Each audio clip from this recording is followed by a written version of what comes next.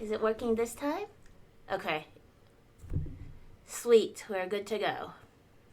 Did we do it? It's on. Are we in? We're in. Okay. Yay. I guess we're doing this. Hi. Welcome To Salacious Sips. of Drinky Book Club. I'm Christina. I'm Laurel. I'm Claire. And we remembered how to do shit. Yay! We're getting there. We get better every time. It's taken us, nearly 20 episodes? No, I think this is 13, 14. Is this just 13 or 14? I thought we were a little farther along. But anyway, we're getting better. Glad you're here.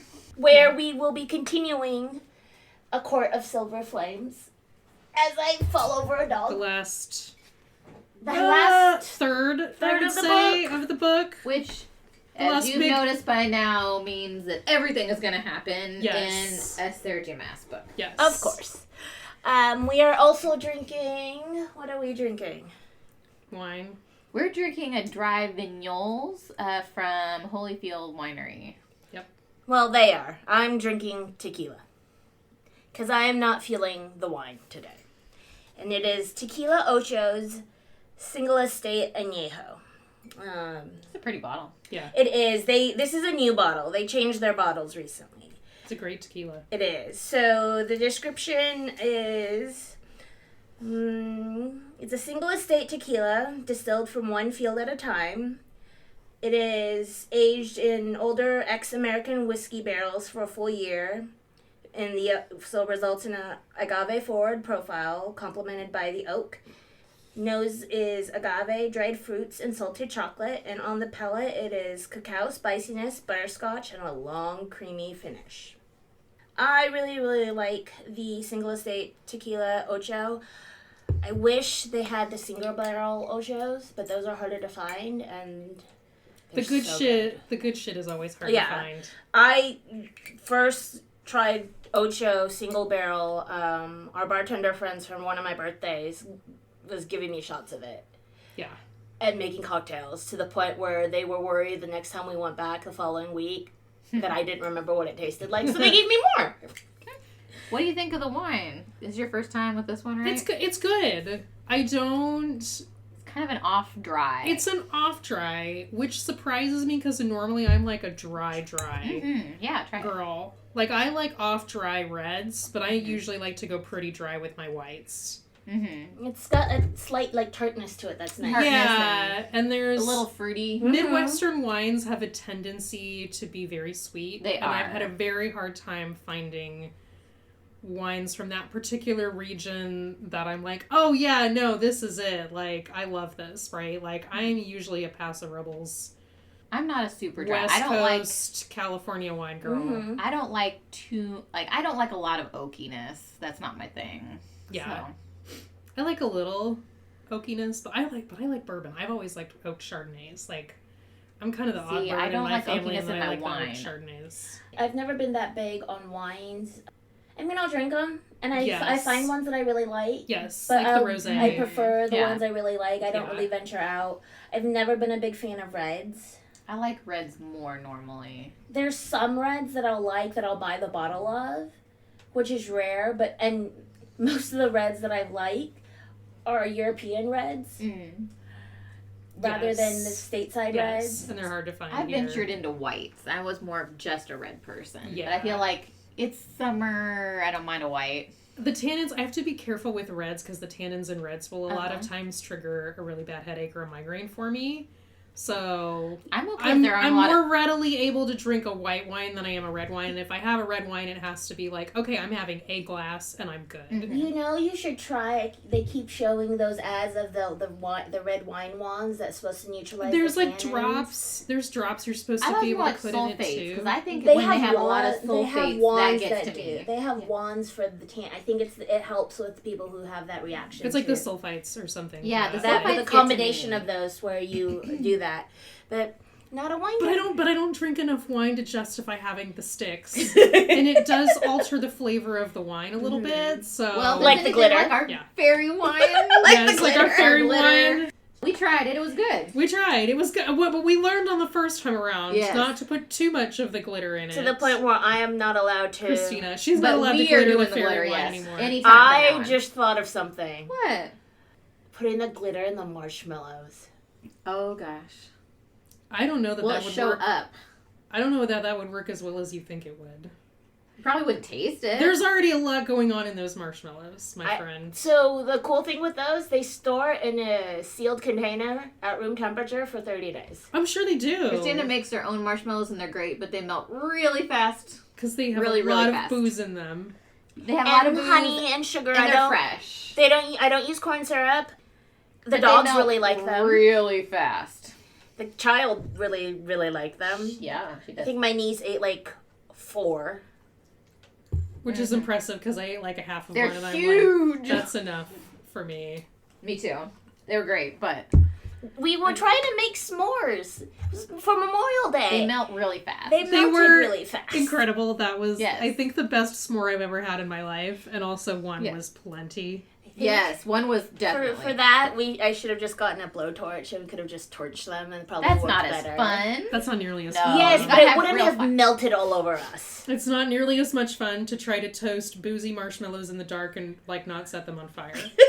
Over a fire, a real fire. I relished in the challenge. I mean, one of our friends got marshmallow all down his front. It looked like someone kind of came with him. He was covered in marshmallow cum. Yes. They were delicious. They were delicious, though. The marshmallows were incredible.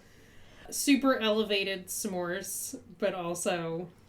Yes. They were a lot. Okay. Well... Should we talk about the book? Okay, let's go. We're going to have lots of sidetracky deviations. Eventually. I mean, it's obviously... Like Laurel mentioned, it's the last third of the book, so all of the plot happens. Everything happens in the last, third to last 10% of a Sarah J. Maas So book. where did we leave off? We left off after Nesta Rage revealed the baby situation to Farah. Yes. And got yelled at by Reese. Or no, she disappeared and she ran off.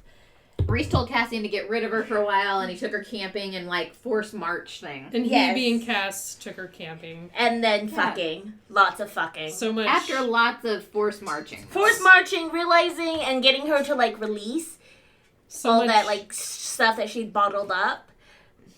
So much open air sex having. I was rereading it I'm earlier. okay with that as long as I have a good tarp under me or something. Yeah. I was rereading it. Yeah. Well, I mean, he's got the wings, so, And it's he says he was expecting an explosion, but just not the way it happened, where she just, is devastated. He was more expecting, violent explosion. Because that's more her. Yes.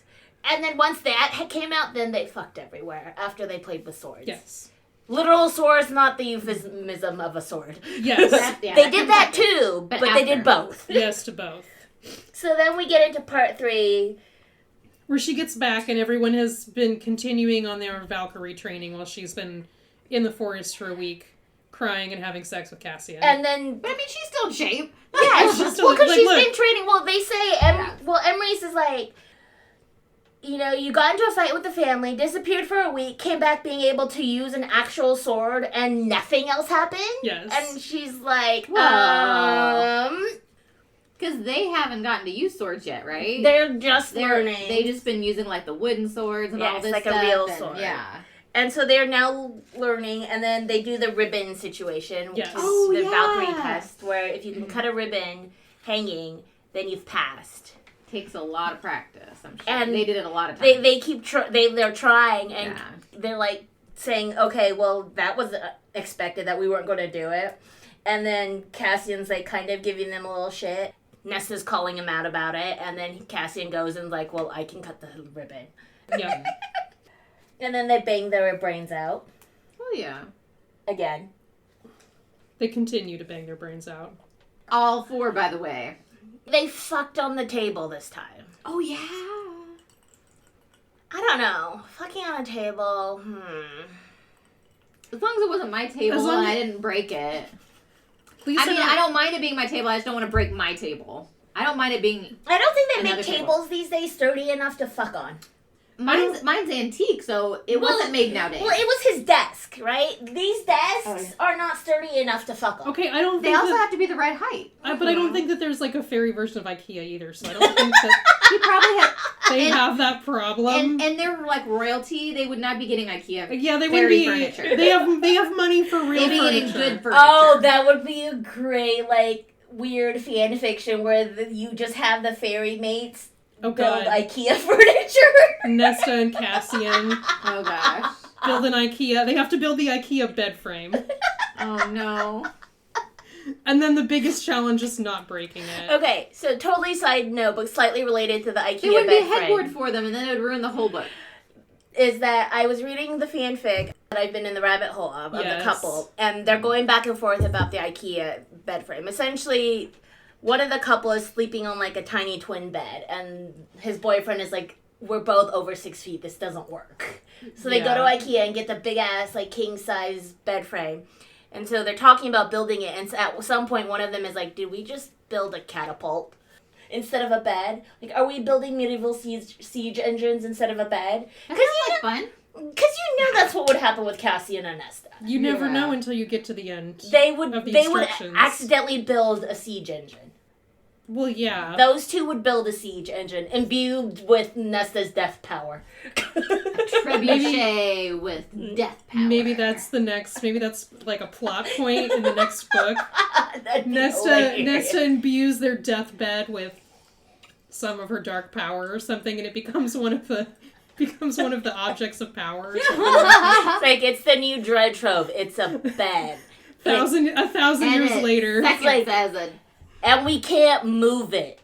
Like, you can't steal a king size or wingspan size bed. You can. The problem is getting it out of wherever it is now and into wherever you want it to God go. knows you gotta unbuild the thing that's gonna break as you unbuild it. And then you gotta take it into battle for some reason. And then everyone's like, how do you activate the bed powers? Because you can't.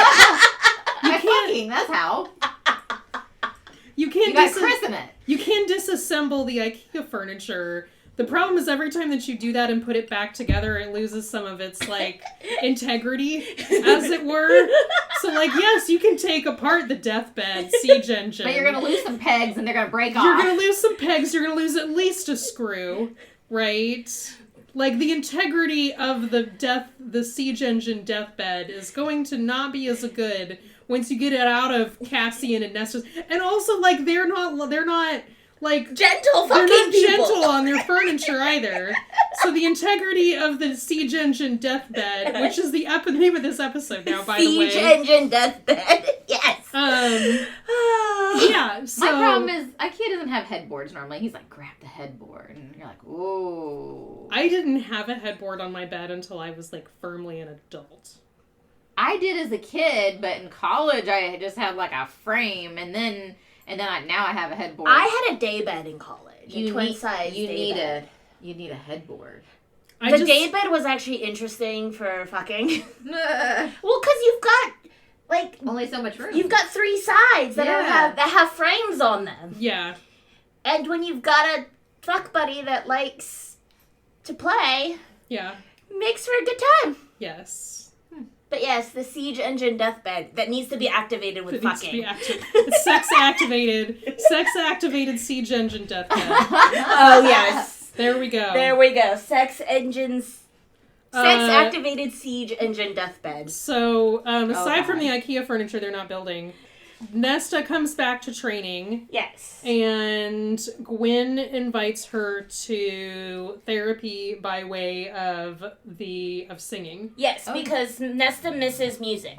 And they allude to it a little bit when Elaine talks about Nesta's dancing to get the Duke's son when she's like 14. Or the Duke or whatever the fuck that dude was. But it's nice to see that each girl had their thing, right? Yeah, Gwen has her singing. Well, the Valkyries, and then also the Acheron sisters, because Nessa's got music, Elaine's got her garden, and Farah had her painting. Mm-hmm. The dichotomy of the girls, right? They've got their... Well, I don't know about Elaine yet. Nesta's vicious side versus the music. Farah's huntress-ish side. and her painting. I don't know. Elaine's gardening and her, I don't know, seeing. Yeah, but that's I don't know. Elaine's an anomaly. Well, we'll find out. Well, we don't know a lot about Elaine yet. There's a big hole there, and there's a reason for this, probably. I'm sure. Yes. We'll get to her. Well, you know. I did see a recent... Hold on, let's remember who we cast. As you knock down everything in your office. Well, that's the downside of a flippy... Whiteboard? Yes. Oh, we did Millie Alcock, the gal who played... the young Rhaenyra. From House of the House Dragon. of the Dragon. That fits. What were we talking about? Fuck. We were talking about how each of the sisters has their own thing. What I randomly saw doom scrolling, there is a theory out there that Tamlin shapeshifted into Lucian.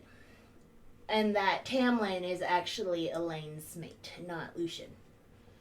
I think that's a little far-fetched. Yes, but that is one theory that I saw floating out there. Theory. It doesn't feel right because then everything. Then there would have been 2 Lucians. Right. Instead of one Tamlin and one Lucian. Because Lucian can't shapeshift as far as we Lucian know. can't shapeshift, but also, like, Lucian would have to be in on it. Yes. Right. Enough. And nothing against Lucian, I just don't think that Lucian would go quite And I think he loves his friend, but he also left to go with Feyre and his mate. Yes, because Tam fucked up. He did. But you have to remember that all of this happened after Tamlin fucked up, right? Yes. So Lucian would both have to be in on the con and willing enough to keep playing Tamlin's game to continue conning Elaine, right? Like, and they all should know that if Rhys finds out, they're all dead. And I just don't. I think Lucian values his life just a little bit more. Well, that and Tam in this one, they say he fight. So it happens a little bit later in this in part 3 because of the solstice, where Lucian shows up to the party and they ask about Spring Court. He does, but it's like one of those like blink and you miss it kind of moments. Where it's like Tam's not okay. Yes, but Tam has been not okay since the first book, so like... Yes, but Tam is more not okay now. Okay. But I thought Lucian ran off and is on the border with Jurian and Vasa. Vasa. Yes. He is, but he comes back for Solstice for like 12 seconds. He comes back because he's still now technically like he's straddling Night and Spring Court. That's right. He went back for Solstice because he wanted to give Elaine his mate a present, but he's still loyal to Tam even though he really shouldn't be.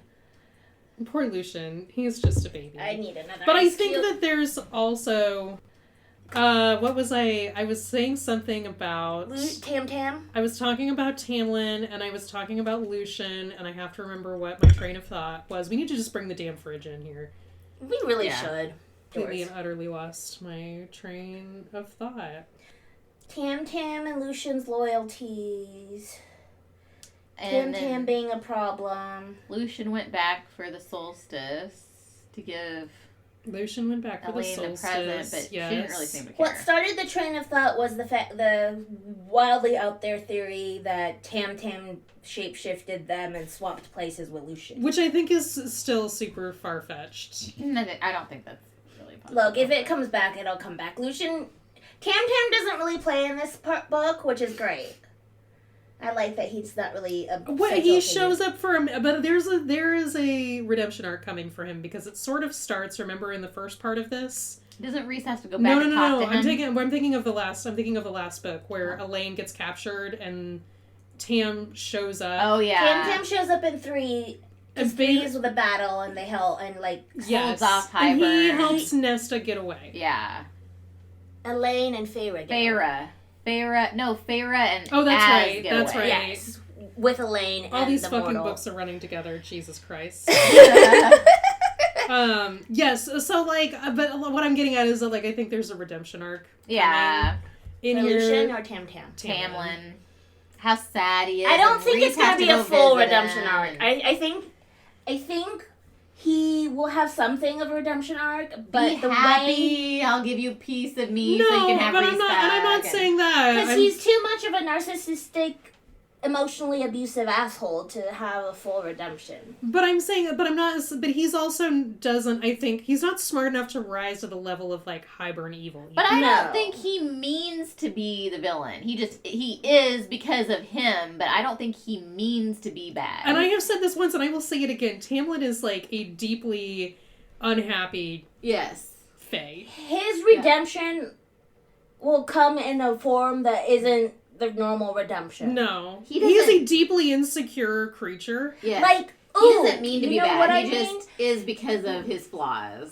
It'll be like, so, I don't know if you probably haven't. The Eternals was not that great of a Marvel movie, but the little girl, Pixie... I've seen parts of it. I know what you're talking about. Yes. The Pixie one, looking one that's an eternal child. Yes. She, like, aligns herself with the good guy that is actually a bad guy, and then redeems herself at the end, but her wish ends up being her redemption is she becomes mortal and is able to grow old and have a full life. That's her redemption, and I feel like for Tam Tam, it's going to be something like that. Because I feel more like the theory that's floating around that Rhys's sister that he helped kill, was his mate.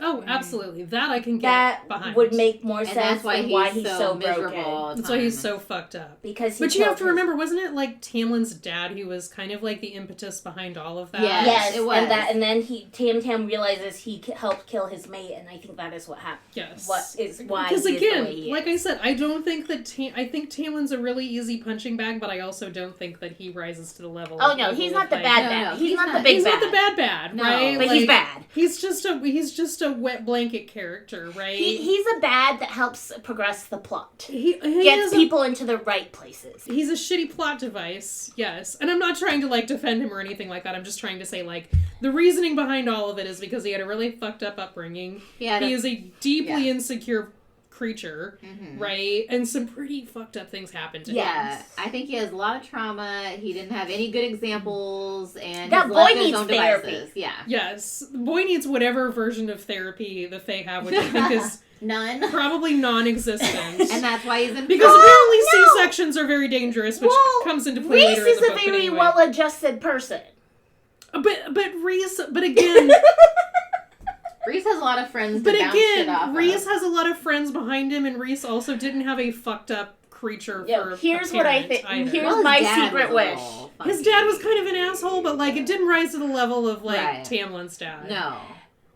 Or Lucian's dad. Cranky Aunt Amryn is the group's secret therapist. I can totally see it. Mostly because she's just been telling everyone they're dumb for the last 1,000 years. She is our Jenny. Yes. She is their therapist. That is why they are mostly well-adjusted. Yes. With a few caveats. But anyway. Total sidetrack. So we haven't gone to Solstice. This is where we're not even close to Solstice. Oh, we're at the part where she goes to the concert and she scries the harp. Yes. We're on the second chapter in this third part. And we are how long into this? Half an hour. Look, we thought this was going to go fast because it's the last third of the book. But, like, let's be real. I should have known how this was going to go when you pulled out the tequila. She gets so enraptured in the music that she accidentally scries for the harp. The harp. That they discover is in the prison. Because remember, like calls to like, right? And so the harp sort of finds her, but the harp is, like, everything else is also somewhat sentient.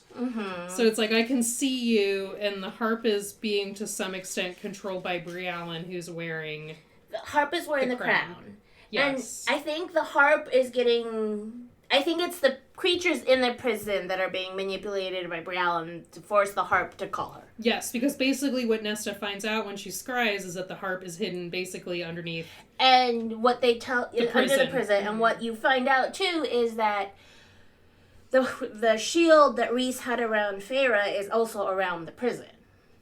Yes, because of Rhys's neurotic concern about... Rhys was basically afraid...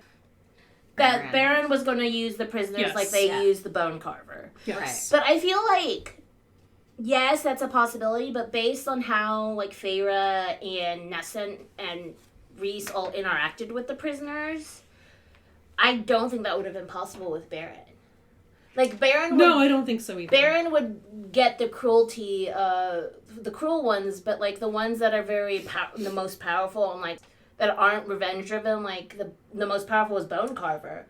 They offered, like, friendship. But that could also, I think, be super dangerous because Baron isn't, I think, strong enough to actually control anything in the prison. He's just going to let it loose. But he wouldn't be able to control anything. Right, which is almost worse because then he wouldn't try to understand them and know what motivated them. They did accidentally let loose Braxis. Yeah. But that was an accident, not accident. That was... Well, they let her loose. It was a happy accident. With a binding, but then the Braxis disappeared after the battle because everyone had other concerns. But that was sort of the part of the... kind of some of the deal. Like, well, I mean, I guess... But I don't think... did ask for, like, he wanted a window. She wanted a window. She wanted a window, and she wanted someone to talk to. So... I assume that meant she wanted to go back to her home. Okay, there was an implication that she was going to go back in, but I don't remember anybody specifically being like, as they did part not of the word deal, it that way. No, yeah, there was no you go back in. Mm-hmm. She got out and decided she liked it. And I think maybe the deal at that point is don't fuck it up and we'll let you do whatever you want. Right. Mm-hmm. Like, which... You're not attacking Fae or people. I think if she stayed in that section where all the wild Fae were. Who cares? Yes. That is where I think the dust... I think she's going to have to pop up somewhere, though. She's going to pop back up. Yeah. So she's gonna pop up in the final I hope battle. they fix her house down there in the library before she gets back. Well, she was also guarding the house's heart. Yeah. That likes to watch smut. Okay, but there was a little bit of, I think, a two-way street going on with that, too. Anyway. So she finds the harp. It's underneath the prison. It's underneath the prison, and so Rhys gives Cassian, and this is important, Rhys gives Cassian the sword. Nesta's sword. That she forged. That she accidentally forged. Yeah. Right? And she goes underneath the prison. And... Well, what's hilarious is Rhys is like, I want to see what Nesta will do with it. And Cassian's like, really? This is the time you want to test her? I was like, well, she can't break anything if she's using it there. Yes, and I think there's a certain amount of Rhys coming to the realization that, like, Nesta's not all bad. No, like, Rhys is coming to terms with stepping back from the crazy, overprotective, only saw Nesta as the oldest sister that let the Feyre go off into the wild and risk her life. But to be fair, I'm sure Rhys didn't hear the end of it from Feyre either, because, like, I don't know about you, but I would be 6 kinds of pissed if my partner or spouse or whatever kept something like that from me, right? Yes. Like, I don't care what you think about the situation or how you think you're protecting me. That is information that as someone who is in possession of said body, deserves to know, right? Yeah. We all know Feyre's going to be the one that calls him to carpet on. So I think Feyre probably got Rhys to realize that he done fucked up. Like, he was the one that fucked up. What Nesta did was not good. It wasn't good, but she's not the bad here. It was Rhys. She was not the bad here, and I think the situation that Nesta did it in is worse than Nesta telling her sister about it. Right? Like, what Nesta did was not wrong. It's the situation in which she did it that was incorrect. Yeah. Yes. Right, so, like, I think Rhys realized that he fucked up, and this is a little bit of his way of just kind of being like, okay, I'm gonna take my hands off the wheel. Like, Nesta will, in the long run, defend Feyre, which is really all I really want out of all of this. But also, I want to see what she does with But the also, sword. I'm morbidly curious about what she does with this thing, right? That's what happens to her, Same. It's the prison, right? Like, if she fully levels the prison... Oopsies. So anyways, didn't Cassian have some doubts because of some of the people he put in there? Yes. He's very weary of. Yes, especially the one that ultimately has it, right? Yes. Ultimately has it. But again, Cass knows more than he lets on a little bit to some extent. He's afraid of Lanthes. Yes, Lanthes. But they fix that later. So they go through... They go down there, and this is where Cass implies that this could have been one of the courts.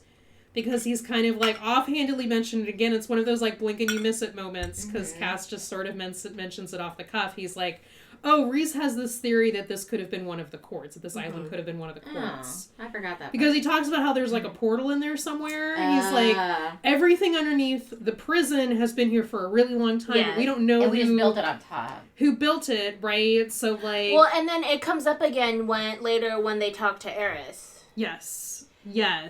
Well, because they're talking about... They talk about Under the Mountain, they talk about the prison, and they talk about... The wild place in the middle? No, they talk about the Illyrian mountain. Fuck it, I forgot the name. Oh, yeah. Remiel? Yeah, Remiel, that's right. yes. Remiel. So Cass is like, okay, are you sure? And they go down and down and down. And then the Autumn soldiers show up. And she says that she named the sword Ataraxia. After... And then they get down there, and they're like on their way down there. She doesn't talk about what the sword is named until they go up against...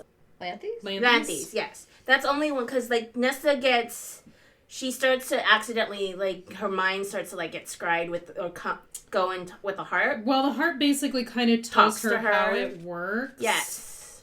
To some extent. And, well, she scries Briallen.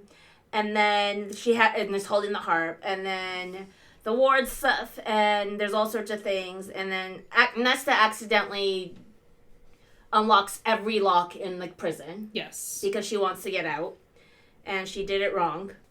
So they try to escape, and then she tells Cassian what she named the sword.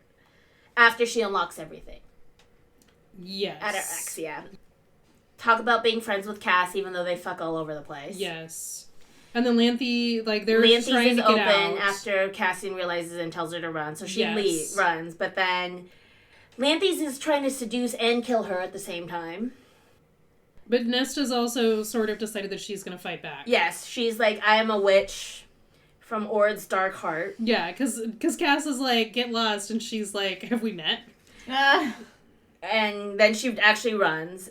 She's got the harp. She's got the harp, and she's got one of Cassian's siphons for some reason. I can't remember where. Like, he gave it to her or something. He gave it to her, yeah. And then, so she's starting to kind of figure out the harp, talking with memories from, like, Gwen that she's researched, but also the whole scrying. Autumn Court soldiers show up, and then again, Cassian's like, get away! And Lanthes has become mist. Then she... But Lanthes is going back and forth between like, the mist and, like, a fae. A fae form. Yeah. As a naked, golden-haired male trying to seduce her. Yep.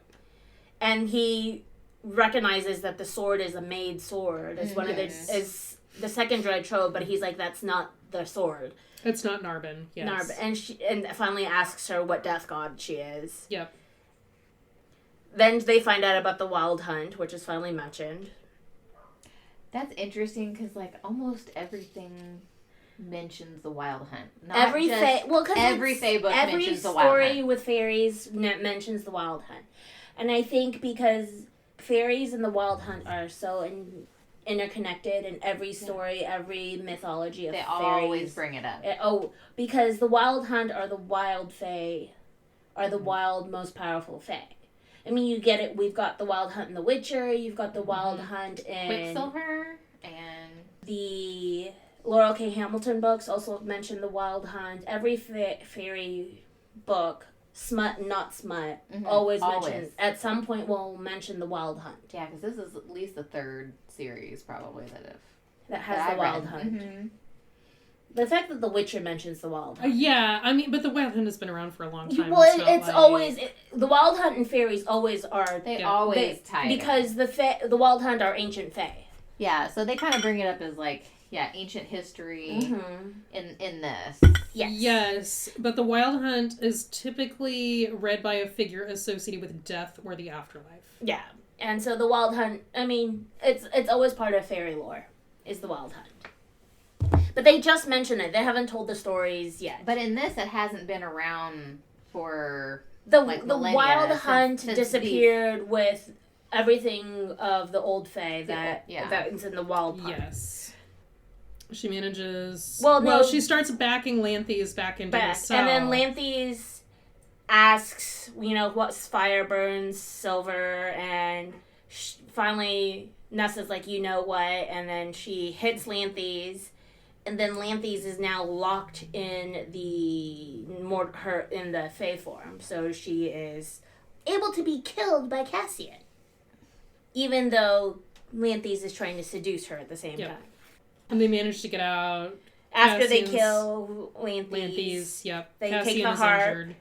Cassian is very injured, Autumn Court soldiers are showing up. Yeah, they're showing up, and like on the way out, they have to kind of fight them off. Yeah, right? Brianlin is like sent them, and then Nesta talks to the harp and gets the harp to essentially transport her and Cassian to the river house. Yeah. In Valaris. Kind of remember that. Mm-hmm. The harp can move through space and time, essentially, you find out at some point. Oh, Nesta and Feyre mind talk because everyone seems to forget that Feyre can do it. I know Feyre can, but I don't remember Nesta being Well, able no, to. Nesta thinks it to her sister. Oh, and yeah. the whole thing is like, no one... after Remembers. it happens, no one really remembers that she That Feyre has can do it. it. Yes. Because she doesn't use it. Because Feyre can That's from talk Reese. back, so like Nesta Yeah. can't necessarily like... Hear it. But Feyre she can pick it up. She Pick it can up. send it out. Because if you think, in all the mind speaking, mind reading, if you think Yes. hard enough at someone, they can hear you. Mm-hmm. If you can do that. Yeah, it allowed you to win. The Highburn twins could do that. Yes. The niece Yes. and nephew, and then Reese can. And Because that's that is something their she got. power that she Yes. got from Reese. Reese. So they go back to basically get Cass treated for Yes. his injuries. And they talk about the wild hunt They talk about the wild hunt. and what they were able to do to Lanthes. They ask about... This is where you get the story about the rise and fall of the king, the last High King. The High King, yeah. And we all know this is alluding to, at some point, Reese having to take up that mantle. Yes. And he does not really want to. Well, But- considering his general and wife is ultimately betray him. Yes. His mate and general. Which they're trying to do the whole parallel but not parallel. Like, Yeah. they're in this endless loop until they Yes. break the loop. Yes. And so He's like, no. and it's kind of obvious that it's not going to be this another loop of that happening again because Cassian is mated to Nesta. Right. Yes. They're going to break the loop. Of course. This I hope time. they break the loop. No, Around. they're going to break the loop. Yes, they talk about the rise and fall of the last of the High Fae. And that's ask if Amren remembers. essentially So when is the Farrah last... going to be the High King? Yeah, you know You know what? what I mean? That'd be hilarious. That would make more sense, You know? actually. That Yeah. would really break the loop, right? Yeah. For Feyre to end Yeah. up being She would be High the king King. or something very like that. much like Pirates, where Keira Knightley's character, she becomes Pirate King. In the third movie. Mm-hmm. Mhm. Yeah. Because it's Yeah. like, oh! Because the last High King was betrayed by his queen, And his who general. was leader of her own territory, and by his dearest friend, who was his general. Or even Nesta, or... So his wife and Or, basically his queen and his best friend Amren, overthrew him. maybe. His mate and his general. Which in this timeline case, yeah. would be Feyre and Cassian. but I Cassian. think- That will not happen. No, I think you're right. Maybe Feyre will be High King. Mm-hmm. Mm-hmm. Reese what about absolutely refuses. So But you what know about- Feyre... If, See, he doesn't want to. I think No, he Farrah would will- back her. yeah, Feyre will step up because she'll Yeah, do what she'll she do it. has to. But I wonder about... I don't know. I don't think her sister would like to. I don't No, I feel think like... the sisters No, I will don't think support Nesta her. would, I think yeah. Feyre will step up because she has to. Because everything Feyre does, she does because she has So to. you don't think Nesta being Mm-mm. a death god, she would Mm-mm. want to do that? Mm-mm. I think it's going to be... They keep pointing to it. Or something about It'll be- Amren now it'll that be- she's supposedly Fae? It'll be... No, Amren isn't going... It's going to be Reese or Feyre. I think it's going to be Feyre. That makes the most sense. Amren is the crotchety old aunt. Mm-hmm. That is everyone's therapist. Yes. So anyway, so we hear that story, and then somewhere in that conversation, it comes up. They're like, "Oh well, shit. We now have two And of they the need three to go pieces after of the the crown. trove. We don't want to like bring all the pieces together unless we have a plan." And they were like, "We'll go after the crown," and Feyre's like, "Nope, that's It's a terrible stupid. idea. Yes. Because Farrah's like, well, Brielle will just come after us, essentially. And she has months to plan, has Yes. so much time to plan, and we need a plan. Yes, and they're like, we have to set a trap. This is where the winter solstice Is the comes in, right? And where they're this like, is well, where the dancing. yes, well, they're like, we need to go talk to Eris ahead of the winter solstice, essentially, to make sure that he's basically on our side. And then I think the implication is that they use the winter solstice basically as the bait. Yes, Right. and Right. because there's the whole that Tamlin was around when Eris and Cassian were talking. Yes. They don't know if Tamlin's gonna. Yes. And the best answer that you keep alluding to, Christina, is that Nesta's the one who's the good dancer, right? Because the story about and Cass is the Lord, and Cass is like, hell no. And Feyre's like, fuck that you racket. haven't seen And her. Feyre's like, you haven't seen her dance. Well, and then Rhys is like, look, he's our ally. He's going to be expecting a dance with one of the ladies of the court. Yes, it can't be Feyre. I will not allow Feyre. Mor might kill him. Yes. Amryn is more likely to scare him. Yes. So it has to be Nesta or Elaine. And Feyre's like, Elaine doesn't go near him. And like, and you won't let me Elaine near is him? terrified of him. And this is the point where Cass is like, no. And of course, in typical Nesta fashion, Nesta digs her heels in. And it's like, yes, asshole, I do what I want. I can do this shit. Watch me. Yes. But then she has to have Mor show her Amryn? Mor shows her how to dance. The dances. They use the Hume orb. City dances. And They use the orb. Oh, for the music, right? To show the dances and from Mor's memories. But before they do talk about the dance lessons, they go to the cottage where the Acheron sisters grew up. Yes. Just as a little interlude to understand her a little Yeah. bit more. Nesta kind of comes to terms with Her what she father. views as her like hateful side, her horrible side, Yep. and Cassian's like, no. Showing his depth of emotion and his emotional maturity that he hides through the fuckboy mentality. Mm-hmm. He's deeper than just that. It's more than a fuckboy. Yes. And a general. Yes. Yeah, so they go back to the cottage. They talk about She gets one of his carvings, right? for Elaine. Ah, It's like a blink and you miss it moment where she Yeah. like just takes the rose. that's right. And then they go fly and fuck with the Yes. mortals. And then they talk about winter and more training, and the constant fucking around the house. Yes, and Mor finds Nesta a dress to wear, because Mor's like, you can't just wear whatever. Right, and she won't wear what Mor and Feyre will, because Feyre fully embraces the Hume City attire. Yep. Mm-hmm. Yeah, but Nesta's like, I'm not going naked. And then this is where they go down to the library, so Mor meets with Clotho.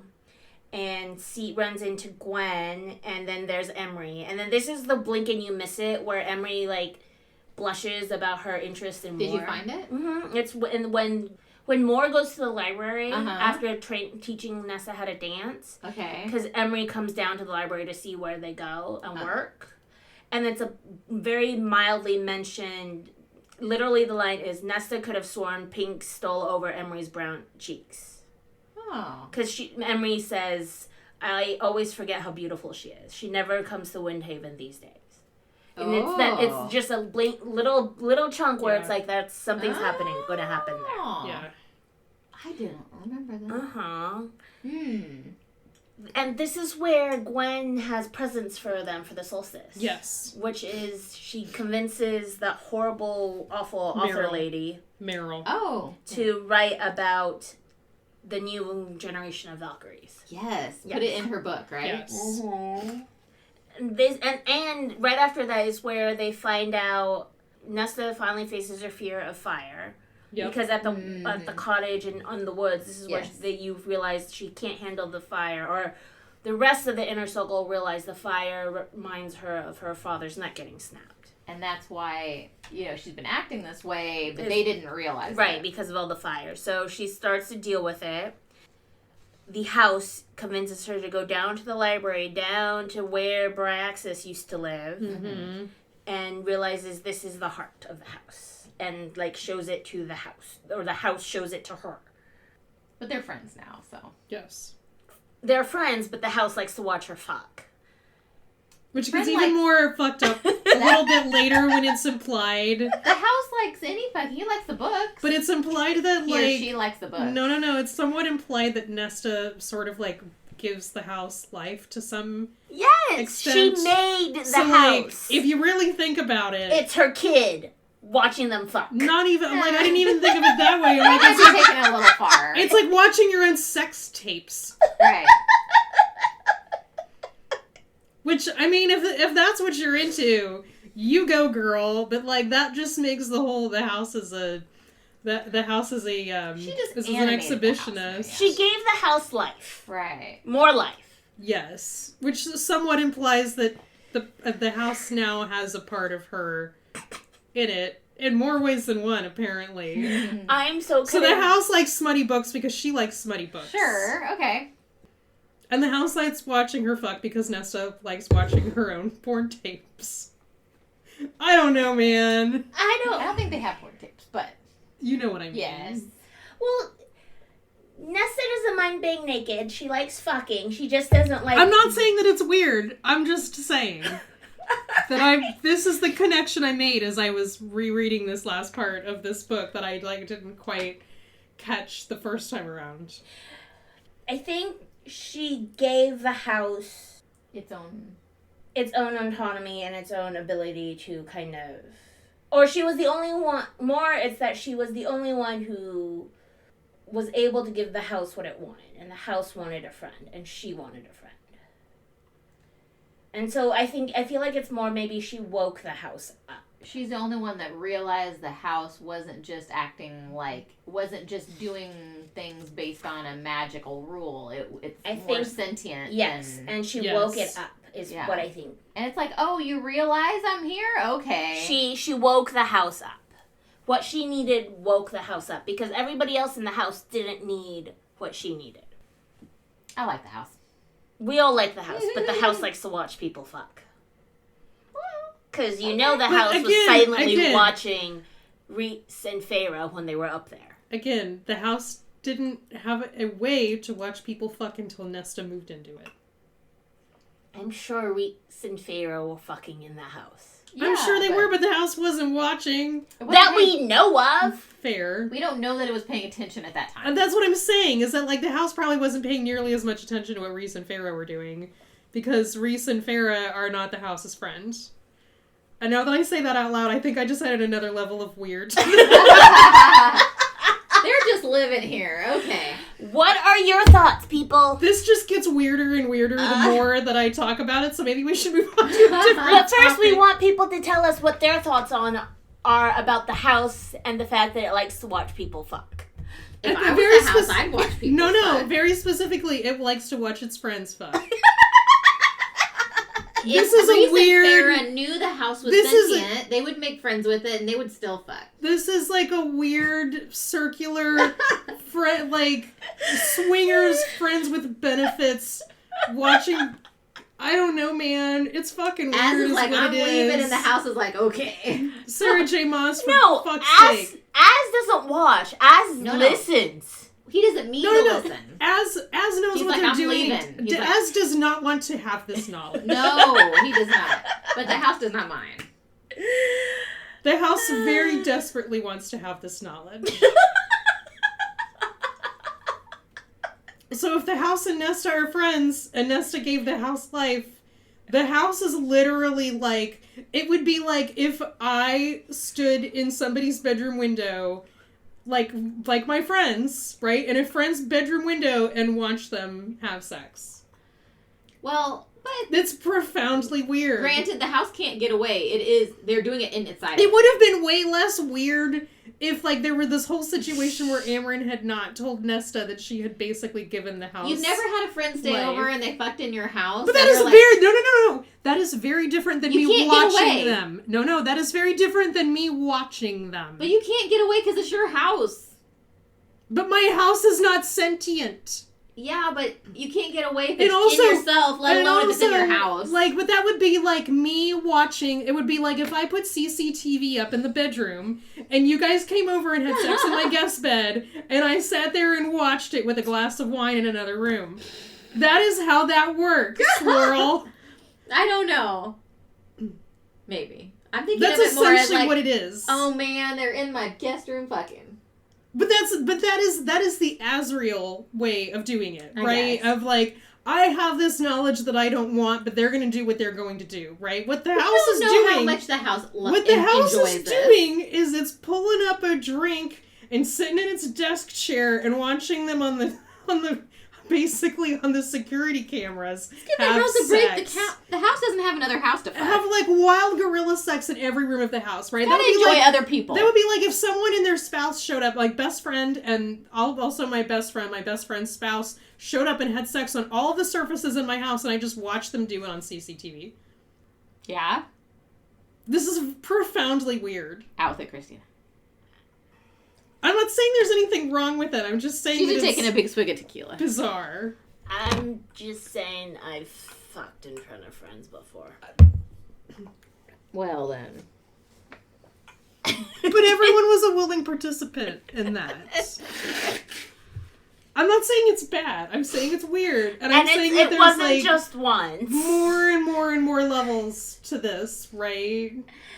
I mean, once I was drunk as a skunk, and everyone was drunk as a skunk, but we fucked, and someone was crying in a corner because we were fucking.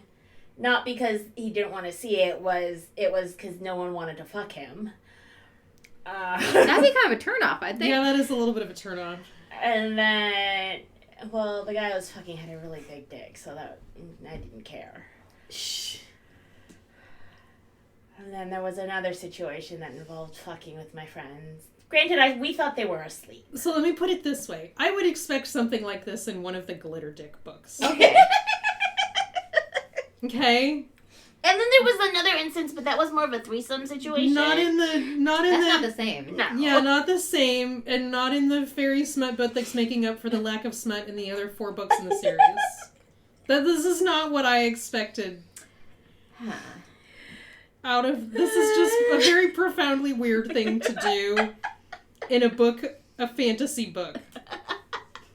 Again, I would expect this in the Glitter Dicks. I would not put this past the Glitter Dicks.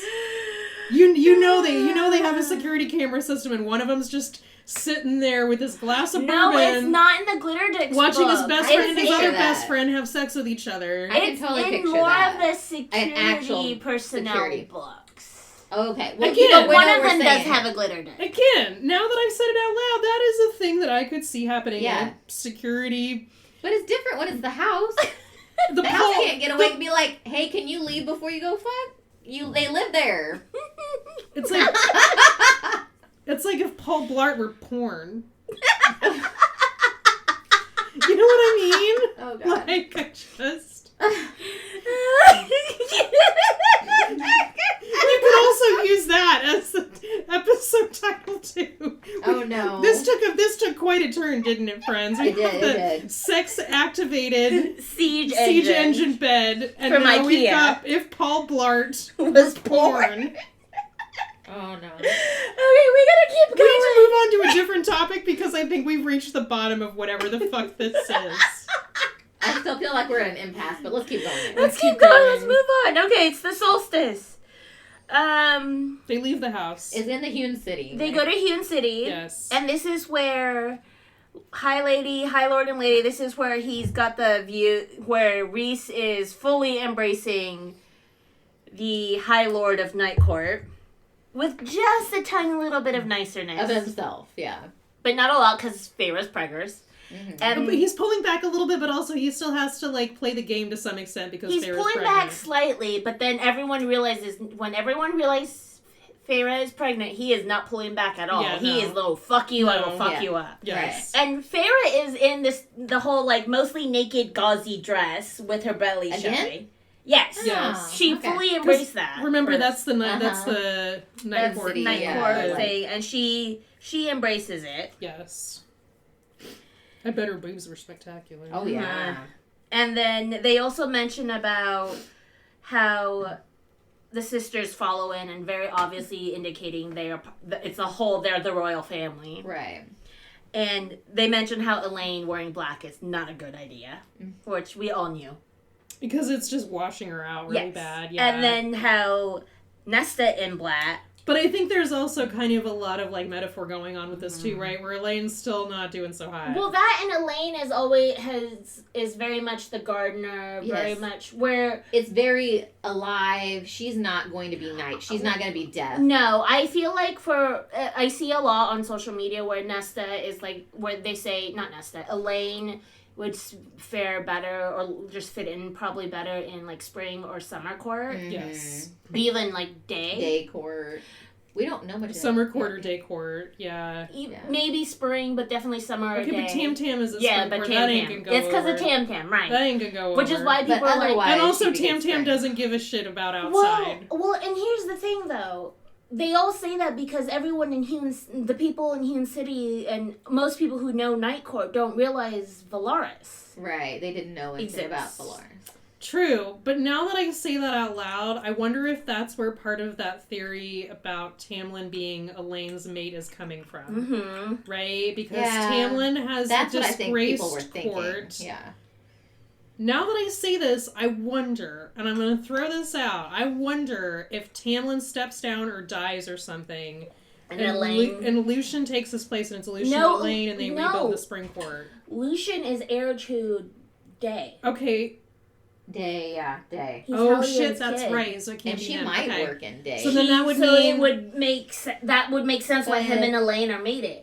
Because of Day Court. I still think she fits better in Spring because of the plants, though. But Day Court could do the same. Which would But they don't ever talk about anything like that. They only talk about, like, being a good spell breaker and the knowledge, and she's not really that book smart. Well, we don't know that. Because we don't know enough about Day Court or about Elaine. I guess. Because we know a lot about Spring Court. Because of the first book and because of Tam Tam. I still think something could happen to Tamlin. Because there are zero scenarios where I think Tamlin and Elaine are mates. Mm-mm.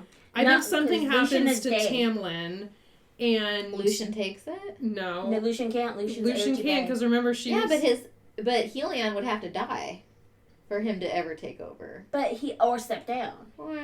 And Lucian doesn't want to rule. So it could be somebody that we don't know about yet. And Tamlin didn't want to rule originally. Maybe he gives it up, and it's like, Lucian, you're my friend. Yeah, but Lucian isn't power. I don't think Lucian. It doesn't make sense for Lucian to take Spring.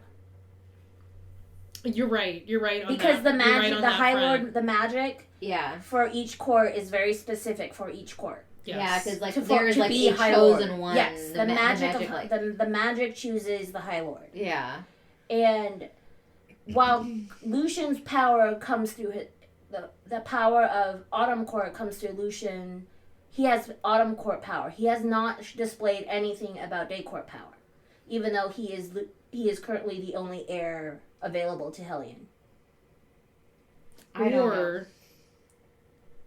Or now that you're talking about that, what if? Because which is the one that we're missing? The Dawn Court. Dusk is the missing court. Okay, that one wouldn't be it then. Because Dusk, everything points. Reese's extra power points to him being a descendant of Dusk. I feel like there's no way around. Is that from the Illyrian side? I wonder. No, maybe, but I don't think so.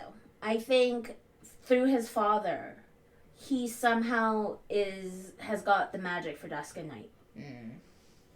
Yeah, that would make sense because I was like, because they mention it. I haven't read the Crescent City books, but in the third book, because there is crossover with Akatar, there's mention of Rhys potentially being the heir of both courts because of his extra power.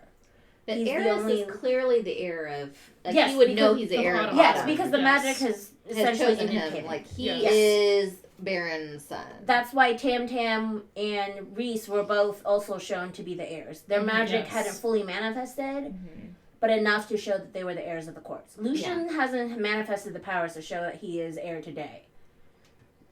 So there might be another Day Court heir. But what I'm getting at is that Elaine's, I think, and maybe Elaine, she hasn't demonstrated any abilities outside of being a seer. But they also talk a lot about the gardening too. They talk a lot about the gardening. So I almost wonder... That has to be a prelude to something. I almost wonder if Elaine's power has something to do with life. Like, so Nesta's death and she's alive. As a balance somehow. to Nesta, right? Because there's always two sides of the same coin. It just hasn't manifested, or Elaine doesn't talk about it. Yeah. Or, she hasn't just happened to use it, or she hasn't... Which, again, doesn't, make her wouldn't tell anyone. Doesn't make her the heir to anything, but also we don't have... enough information. But we don't have seers in any of the courts either. None of the courts have the ability to seer, right? No. You know what I mean? And none of them have life, but none of them have death either. Right, and so this is why the Amryn is like, you in your court have a High Lady that has manifest power of every court that currently exists. You have a seer that the Fae has not seen in thousands of years. And then you have Nesta. and her ability to manifest the troves and death. Yes. And then you have you, who is the most powerful High Lord Prithian has ever seen. Yes. Like, there's gonna be a big battle, but there's, like, more to it. There's gonna be something massive. There's a lot more to it. That all makes sense, yeah. There's a lot more to it than this, right? Like, they're not gonna keep bringing up the Wild Hunt and not have Nesta have some part. That would make sense. That. Nesta, that would make sense. Nesta will be Night Court, but will probably help lead the Wild Hunt. But Nesta would lead the Wild Hunt because, like the folklore says, the Wild Hunt's always led by the manifestation of death. Mm-hmm. Oh, and we know Nesta is death. So that might be the Games and Trials in another book. Yes. Basically. But there's going to be, I mean, there's always some big battle. This is leading up to a big battle, like what happened in the era of legends, as they talk about. Yes. The first High King. Well, but it's like everything else, right? It's like the Lord of the Rings has, it's gonna, big it's battle. going to lead up to this final epic thing. The Game of Thrones has, the battle against the Whites, right? Mm-hmm. Like, there's always a big battle in these kinds of things, which is what this is leading up to, and we're starting to put the pieces together of, like, what all of these parts of it are going to be, right? Interspersed with the random ass fucking. Well, we have to have some of that, please. Well, yeah, considering this is a smutty, drinky book club. Yeah. Yes. I mean, there's going to be fucking involved in this, but also not fucking. Throw it in as much as you can with the plot. Yes, please. Yes. Okay. Anyway. So, we've talked about Nesta in Night Court Black. Yes. And how, like, devastating she is for Cassian. Yes. And how Eris is, like... Yes, please. Yes, always. Oh, yeah. And so the dancing happens. Well, first they give Eris the dagger that Nesta made. But they lie and don't say Nesta made it. They don't tell him. Yeah. So they dance. Cassian gets uber jealous because Eris is like, want. Finally, all the dancing happens. And Eris goes and essentially offers for Nesta and is pretty much going to offer whatever the fuck they want. Anything. And it should be very important in here that Cass gets extremely jealous. Yes. But Mora's keeping him under control, and Feyre is talking in Rhys's head and Cassian's head about, can we just feed him to the beasts under the city? Like, Feyre hates him just as much as Cassian. Yes. Because she's with Mor. I mean, she only knows what Mor has told her, and that's how she sees him. And she doesn't want him anywhere near his sisters. I think also some of what's happening here is Brienne is slowly taking control over Eris.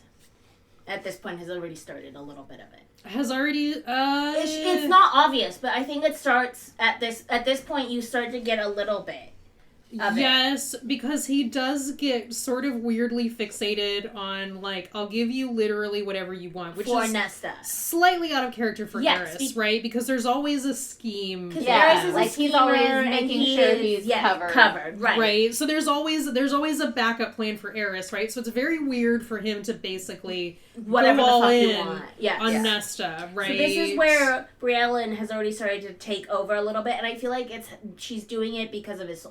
She's somehow gotten to him through his soldiers. Oh, yeah. Then they have the solstice birthday party at the house.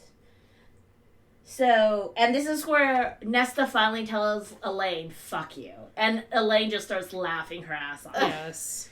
She's like, it's about damn time you start treating me not like I'm fragile. Yes. Yeah. And I'm like, that's why it's like, there's a little bit of steel. You're like, oh, you're in there?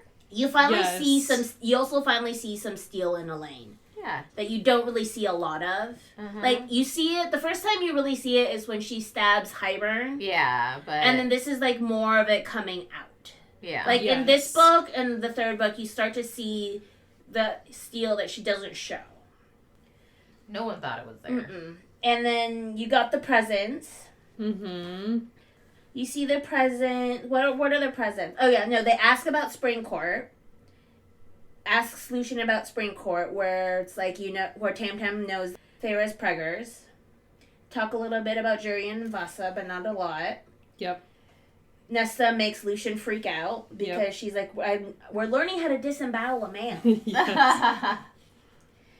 And Mor asks to join the training, which she's done on the continent, because she wants to train with Valkyries. Yeah. Yes. And also Emery, because there's happening. Nesta and Az bond a little bit over their shared traumas around fire. Yep. For different reasons. Az because Elaine, and Nesta because Bones. There's a mention of Cassian's first present to Nesta that he threw into the Sidra. Yeah. Mm-hmm. And he's praying and hoping that this year's present goes over better. Because it was a nice present. It was a book. Yeah. Yes, it was a tiny illuminated manuscript. Right. Like one of the first printed books. Right. But then he threw it in the river. They talk about Amber intentions. No gifts for the baby because it's bad luck. Cassian gets a manuscript. A bag of beef jerky. Amron gets him spices. And then Moore gives him an ugly sweater. That's right. That she wants to see him wear in training. And then they talk about Feyre's gift, which is the painting of Az, Reese, and Cass at Ramiel at the end where they have all of their hands on the stone. Yes. And you get the highest rank of Illyrian warriors. Mm-hmm. And then they talk a little bit about Elaine and Lucian's interaction where Lucian gives Elaine a gift and Elaine is like, hell no, I don't want you, I don't want this, I don't want, go away. Yeah. Which, I get it. He's the source of most of her trauma at this point in her head. And she's not wrong. Yes, and he's also sort of, to some extent, not taking the hint. Of fucking off and going away and giving her space. And Nesta watches Cassian about presents. She gets a bunch of books, where she gets 300 books as her present, which I thought would be enough. Mm-hmm. See, Nesta and her book devouring things are like me. Uh-huh. The similarities are uncanny. Where it's like, no, if she did 500 books, it'd be better. Although, to be fair, I've been in a weird fanfic rabbit hole, so I haven't been reading books as much. Yeah, but that's not going to stop we need me. more material for this, so start reading more glitter dicks. Oh, no, I can totally... I'm pretty sure all of the rabbit hole was mostly done at this point. I've read everything Yeah. I just currently. have so many TBR books. So many TBR books, and like, I'm in 3 reading groups. And my other reading group only knows this one as Disturbing Lack of Dicks. I was like, that's just part of the chili rating, that's not the name. Just saying. So... yeah, so I'm not picking a lot of my books right now. Dude, I still have the books you've lent me. I have a work group. I have my TBR... I have a pile of TBR books. I have so many. So many. Anyway, back to the book. We need to keep moving here. So we get through the... so we get through all of the gift giving and then, the 12 days of Christmas. And then they go home. They go to Nesta's room in Feyre's house. And Cassian gives her essentially a record player of music that he went through all the effort to give. Oh, yeah. And then they fuck really hard. Yeah, he gives her whatever Prithian's version of an iPod is. And she is thrilled. And she's thrilled. They talk about Eris and his jealousy and how Nesta doesn't believe she deserves him and all that shit. Yeah, because she's like, you're a good guy and I'm not. Then they fuck, and essentially they say it without saying it, how they agree they belong to each other, they're mates. Yeah. But then what ends up happening is, after all the night fucking and morning fucking, and then all of a sudden it's lunchtime, and Cassian has to go to the snowball fight, and Nesta's comment is, you three. The most feared warriors in all the land have an annual snowball fight. And it's like all that, and then Cassian tells her, and then I have to do an inspection, so I'm not going to see you for a few days after this.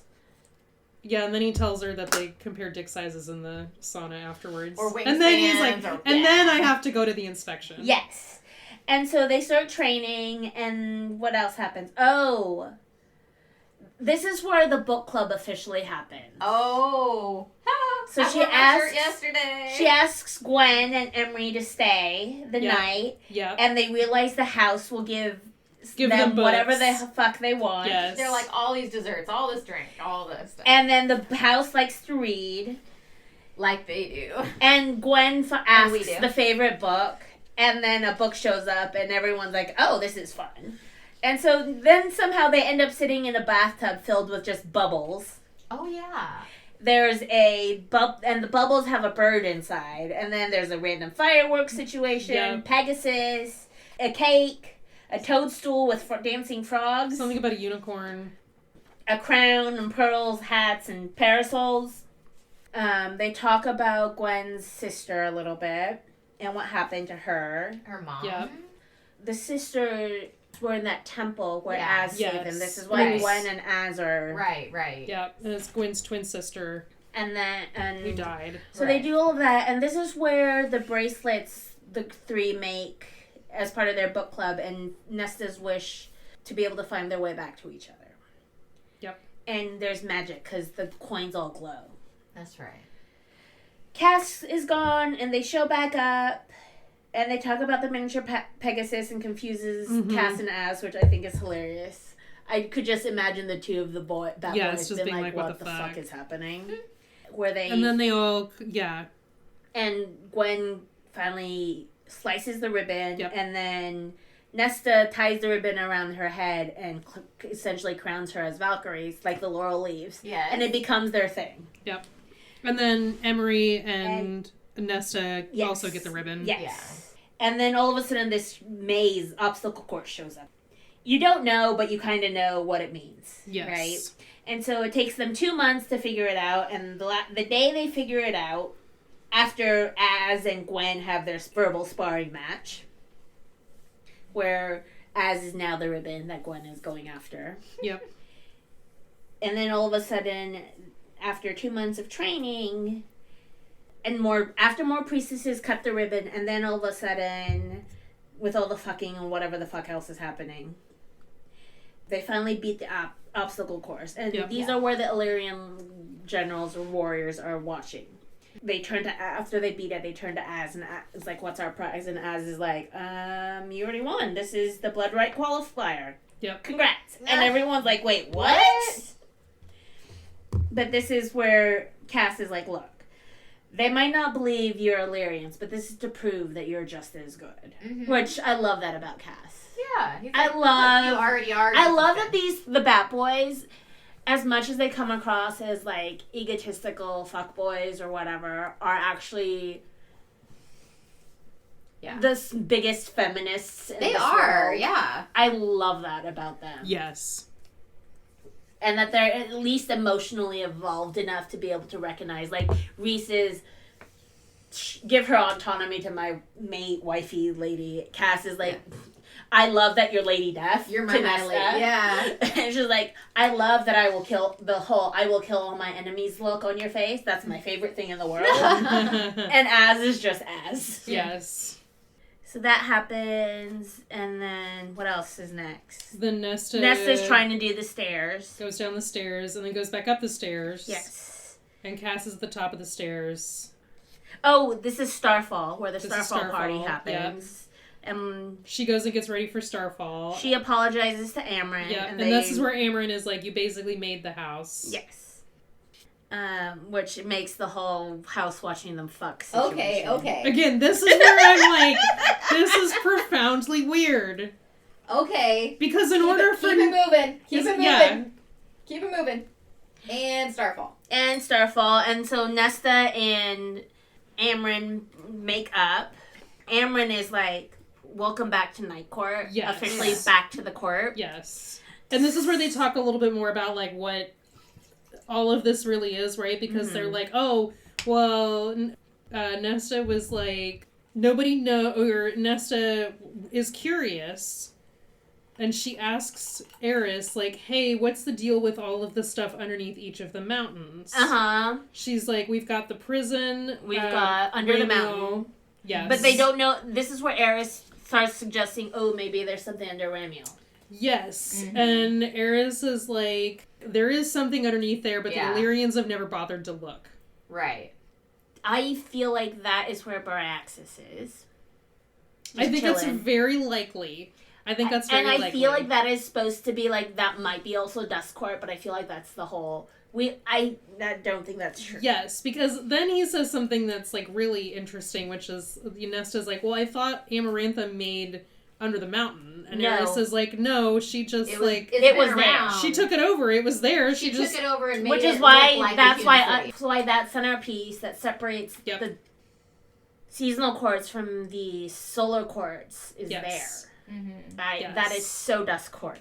That makes Yes. sense that dust court would separate. would be there, right? Because like she just took something Because else that's in over. between day and night and all that. Because And it's in between. And I love that, like, after Eris leaves, Nesta is like, that was really good. And he's like, Cass is like, I just channeled you. Yes. Which is really, really nice. Yes. And this is where the interesting stuff happens, where they go around Valaris and Cassian wants to hold her hand and show. Yes, because the bond has fallen into place at this point, right? And Cass they is both kind of accepted like it. Cassian intentionally, Intentionally, Nesta without not so realizing much, it. yes. Yeah. Well, Nesta doesn't she know still what it fights. is. She knows, but she still fights it. Yes. And this is where like they get into a huge fight about it, and Cassian fully embraces, "I am your mate. This is it. I'm done." And Nesta's like, Yes. "Hell no."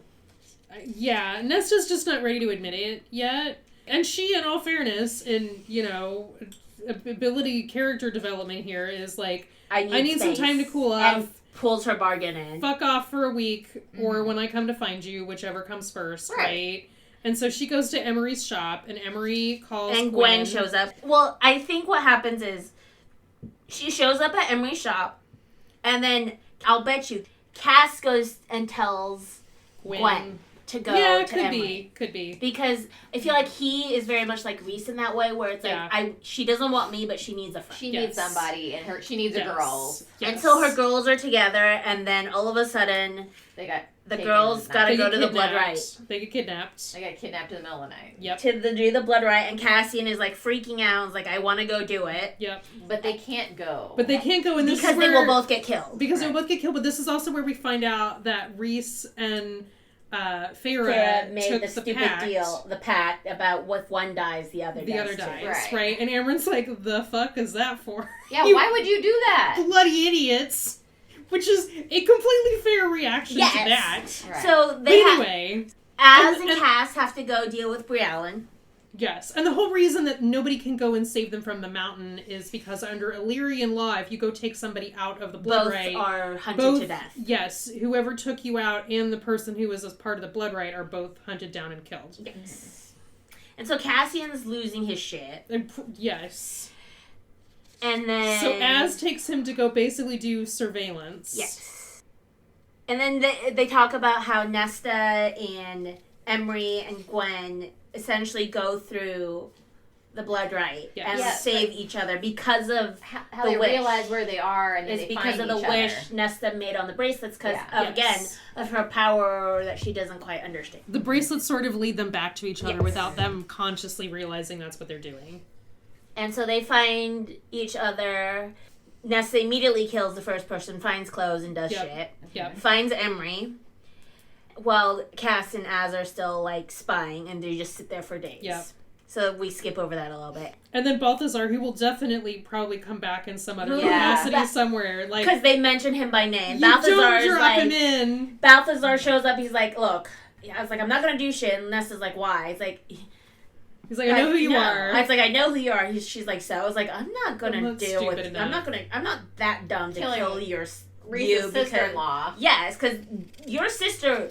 I'm not scared of Reese. I'm scared of your sister. Of your brother-in-law and your sister. It comes across. He fears Reese, but he fears Farah more more. Yeah. because Farah took out Amaranth. Yeah, And- so we meet Balthazar, who will definitely come into Yes. play somewhere in some other So book. Emery shows up. But he's somebody's nephew, right? Somebody's nephew. He's somebody. he wants the politics. No, it's Yeah. the other guy. The other guy? Yeah.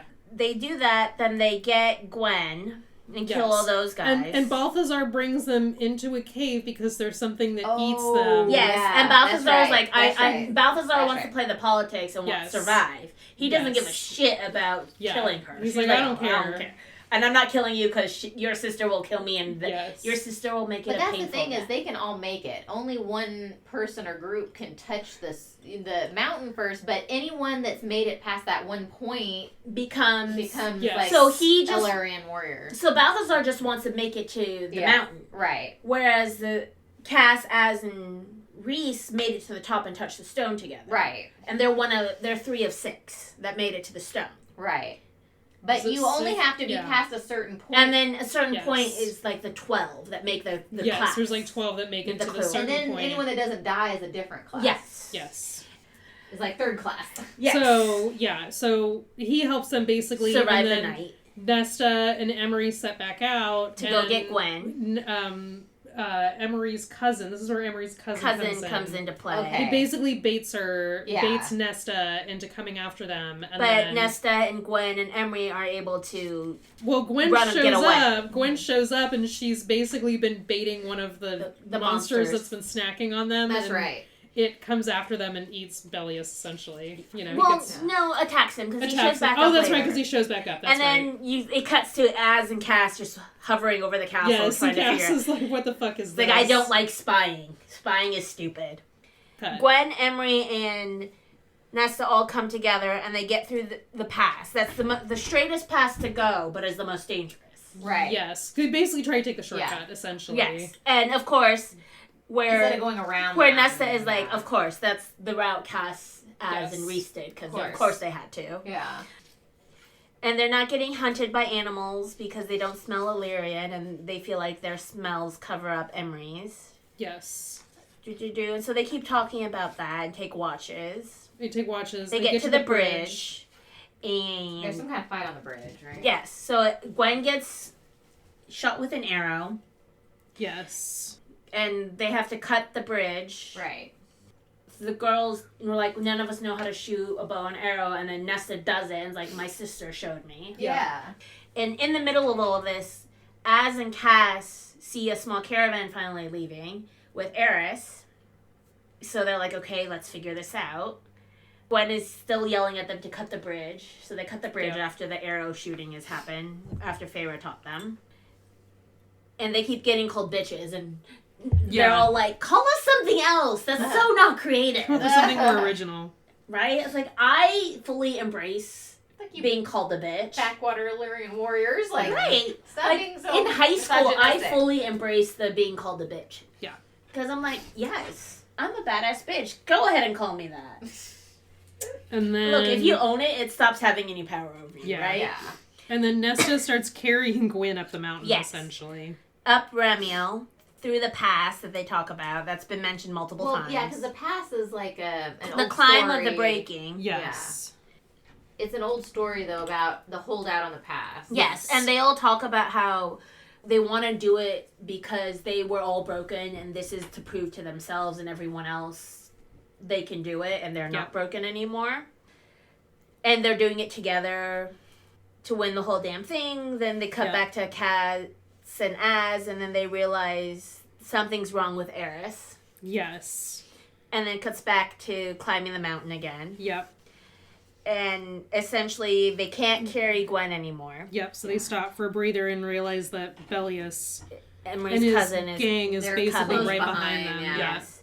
And so they cut back to Cass talking to Eris, and then they realize when Eris calls the Morrigan, there's like, that's not right. No. And that's where they finally realize Berlin is taken over. Yes. And then cut back to Nesta.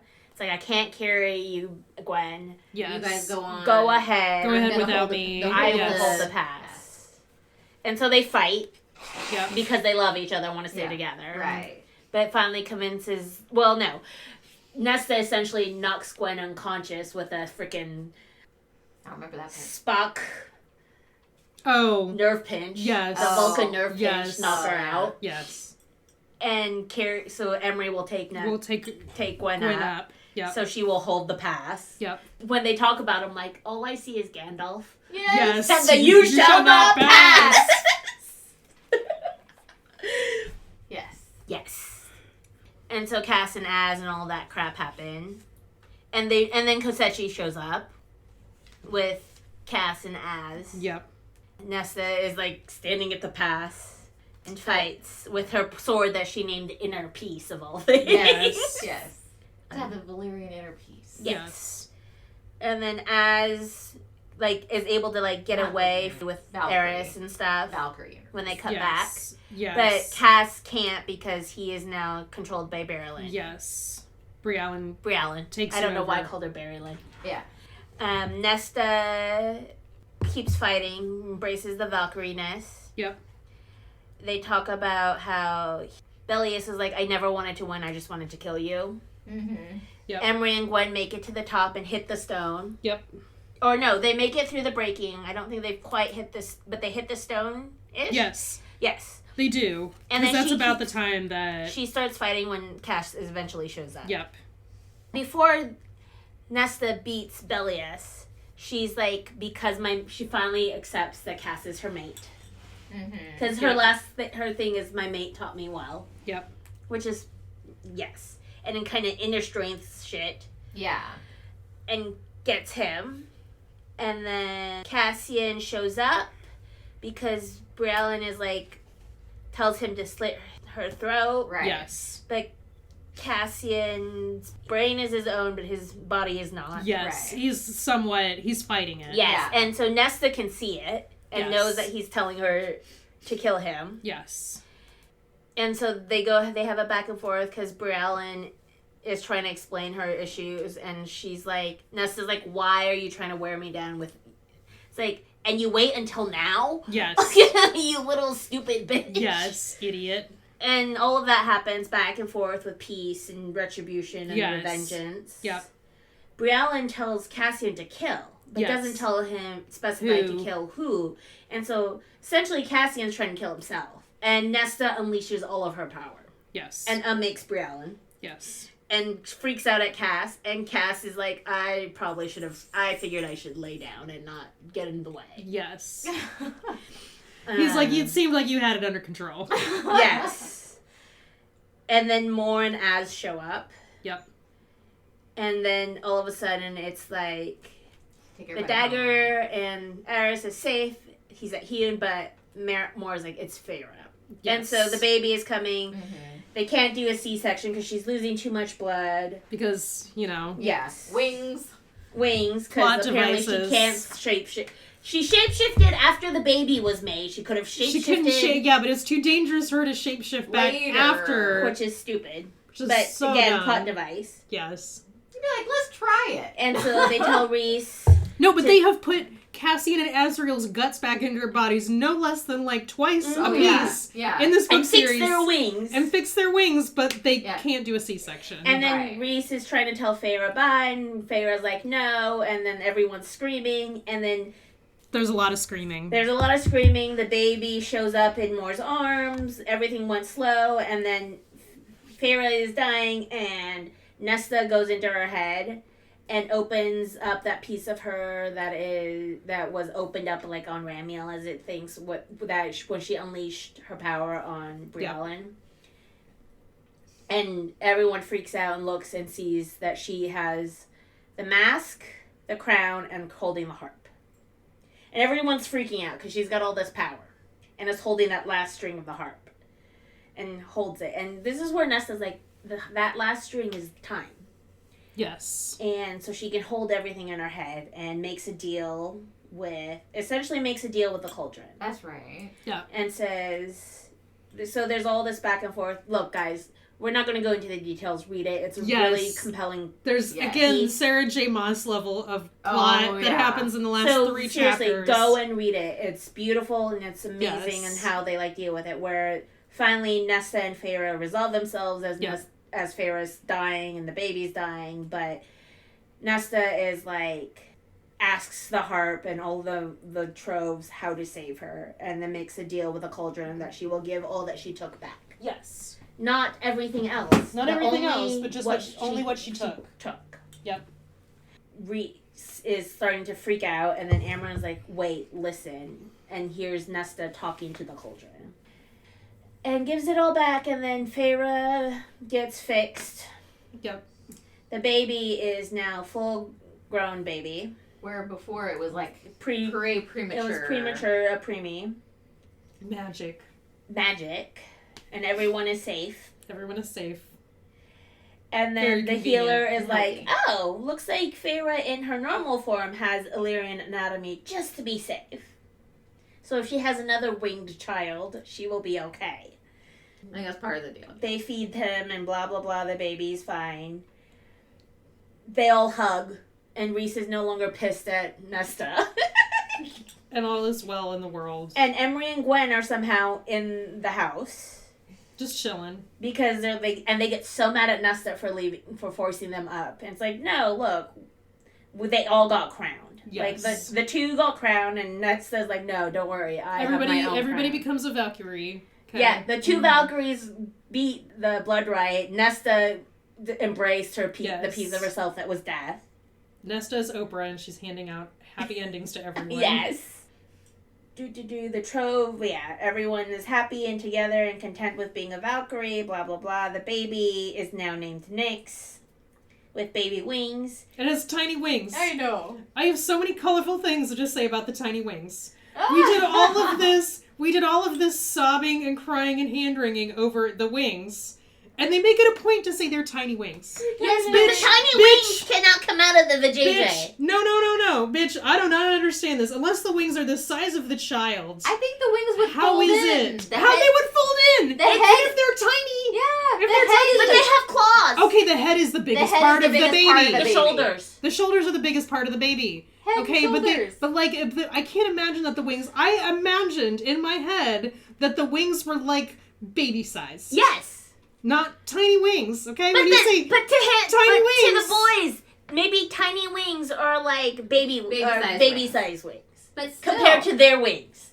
I feel like there is a with their claws. I feel like there is a As missed. she flaps. She's flapping. with claws. Flapping and claws. She's flapping with claws. There is a missed. Because her nails do look clawish. Very pretty. These are not stabby claws.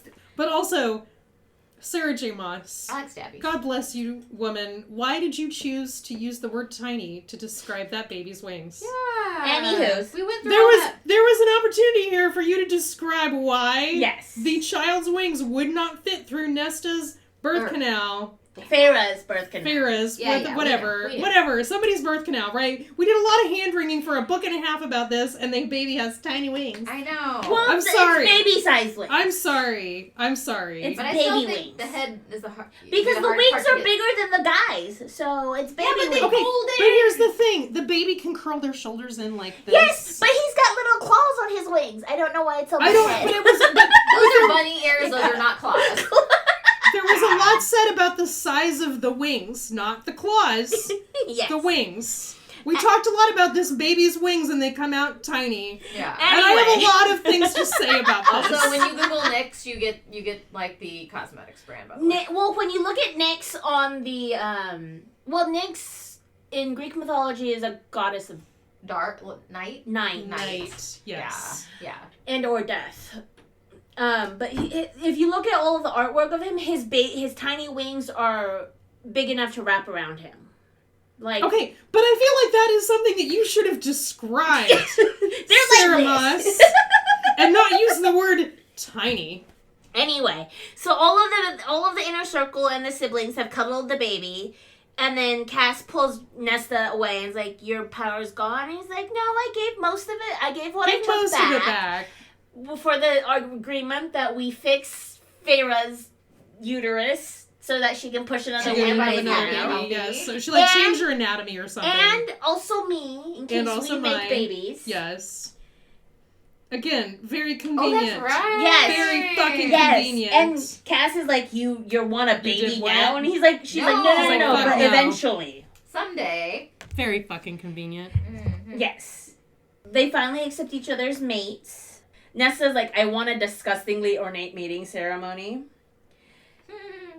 They talk about the ritual about food. So she either Oh, gets... that's right. She gives him snacks. She's like, either let's do a disgustingly ornate, or here's a stale cookie. Yes. So we are now, Reese got soup, and Cass got snacks. Yeah. Cass is like, okay, let's do a coronation. And Nesta's like, no, I already have a crown. I don't need another one. I don't need another one. And then last thing they do is meet with Eris and figure his shit out. Yes. With them. This is where Cass calls out Eris.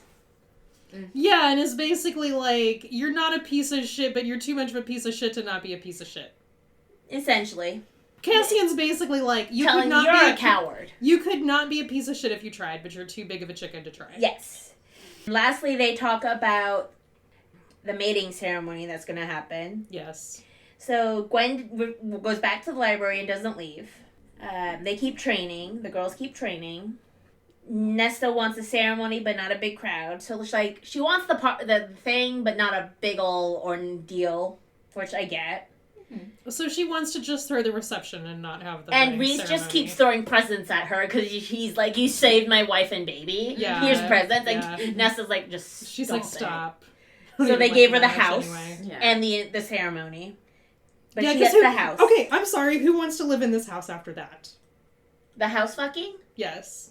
I I lived think in that house. that whole thing. I mean, like, the whole fucked up house being made. Nesta and Cassian want to live in that house. Situation. Yeah, they do. But that's what I'm saying is that, like, who else would want to live in that house? They just conduct business in the fuck house. The business I'm is sorry, on. I thought she meant that they gave her the house. No, they gave her the house of Oh, women. that's okay. That's right. They That's right. conduct That's business right. in the fuck house. That That's is right. where they take people For like the court. fair in the beginning where they That's- don't want everybody to know. Again, that about is the a whole other stuff. level. That is where Valaris holds court. That They is a hold court whole in other Valaris. level of fucked up that we'll get into in a different episode. Because the house on the river is their house. That's their their home. real house. That's not the one they- townhouse. the one That's they their built. home. Yeah. That's Yes. home. Yes. House of Wind is courthouse. Yes. So when Where they they built the fucking- big new house, I can't remember what they did with the. The townhouse, I Townhouse. think They they just let kept the it. boys Or and stuff somebody, like. yeah. It's like it's I there think it's to be like used. there to be used. Like, And Az then- is really the only bachelor at this point, so you know, Yes, he and does they whatever it is say- he does. Nesta finally gets her own painting in the house on the river. Yes, of her at the pass. Yes. Oh yeah. The sisters go to go to their father's grave to introduce the baby. And that's the end of That's that it. book. And so, guys, we finally finished ACOTAR series. At least Yay. until the next book comes out. Yes. Oh. And we'll probably cover the other SJM books later on. Mm-hmm. We're I gonna think- take a break and then we're gonna come back. I to feel them. like it would make more sense to do Crescent City because there's overlap before we do Throne of Glass. having 'cause- read like roughly halfway through Throne of Glass, Eventually, I think Crescent eventually City we would- do it. I think there's a way to do Throne of Glass right that doesn't take us 12 episodes. Right, but I think if we're going to continue, we should jump into, when we go back to it, I think it would make more sense to go to Crescent City because there's overlap. Yes. There's guaranteed overlap in book 3. Yes. But at some point, I think the better option, what we'll do is we'll go back to our usual, we'll go back to our unhinged glitter Yeah, dates we'll go or back whatever to the hell fuck else we Other fun decide. stuff. Yeah. Yeah. And then I feel like before we go to Crescent City or more SJM, we cover Fourth Wing. Just the first book. I think that'd be a good idea to do. We'll do Fourth Wing at some point. Yeah. You guys got to give me a lot of lead time. So No. I'm the only We're one not that doing it hasn't read them. anytime soon. And honestly, Fourth Wing is a quick read. It's It's a long, fast but it's a read. quick read. Yeah. Mm-hmm. Claire knows. But, okay, really quickly, let's do quick reviews and then ratings and recap. And then we'll just chitter. It's had an exceptional amount of dicks. Yes, this is definitely all of the dicks. Wait, what was it?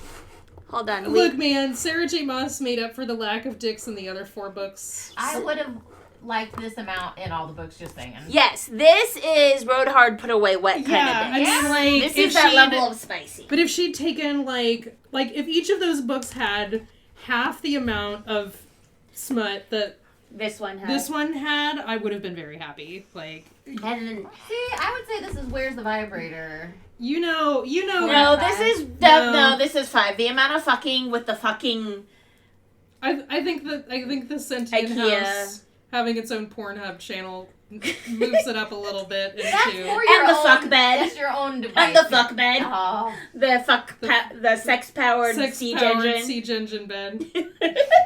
God. Okay, so admittedly, we all loved book 5. Mm-hmm. This is definitely a swallow for me. This Yes. one was my favorite out of all of them. I don't know if it was my favorite, but I definitely liked the spice level the best, and it was definitely top. It was up there. I like how unhinged this Yes. one was compared to the rest I of liked them. this one a lot. I don't know if it's my first. Maybe I like the ones with Farrah and Reese. I like but 2, 3, and 5. 2, 3, and 5. They're Yes. all Sure. like Oh, my yeah. among, Oh, yeah. and then 2, 3, and 5. I could just say the okay. difference. So drinks and cocktails are gonna be a little different because for me, Mhm. I just drank tequila, and this is one of my favorites. Decent amount of it, Your by go-to. the way. So this is definitely, again, it's a tequila. It's one of my favorites, so it's a 5 for me. It's kept going back for more. The girls will tell you about their wines, what they we feel. talked about it. I would say, oh gosh, I would say kept going back for more all-inclusive resorts. I mean, maybe all-inclusive resort is great. Yeah. Look, It's just, you know. I drank, but I did not drink that much. I'm It was mostly Ice Cube. I'm a happy hour on this one, on our wine. Mm-hmm. But we had a good time. We had a good time. That's 3 out of 5, and mine's 4 out of 5. Yeah, I like so that we've got a 3, 4, and 5 for the booze. Yeah. We all agreed on the spicy and the love of the books. Mm-hmm. Look, ACOTAR. The first book was not great for me. But it sets everything up, and you have to keep going, just like I said before we all started it. Look, we covered the books in detail, and the next episode will be our happy hour, where we do a full, like, overarching theories that we've got. I'll compile. I was vindicated. We haven't talked about Anything that we might have missed. I will first put out there. I was vindicated in all of my predictions from the first book. Yes. Yes. They all came true. Yes. 'Cause hello, and we will do a full final fan casting. Yes. A couple of the final fan castings are already shared on socials Yes. because we only had 1, maybe 2 people cast. There's a couple of them that have we had a couple and didn't finalize until the end, and then we have to finish casting our High Lords Oh. and Jurian and maybe Vasa Yes. because we have not cast them either. Haven't cast them either. No. But we'll figure it out. Okay, this last third of the book has now taken us 2 hours. Because we kept getting off on tangents. Yes. Oh my god. So yeah, this was a fun, unhinged. Like I said, this one was my favorite. Yes, This one was we my really favorite. enjoyed ourselves. So, like, listen, subscribe, please. On social, we are Salacious Sips Book Club on everything but Twitter. Or X, as we call it. And X is Salacious Sips. Yeah, and cheers, bitches. Cheers. Cheers.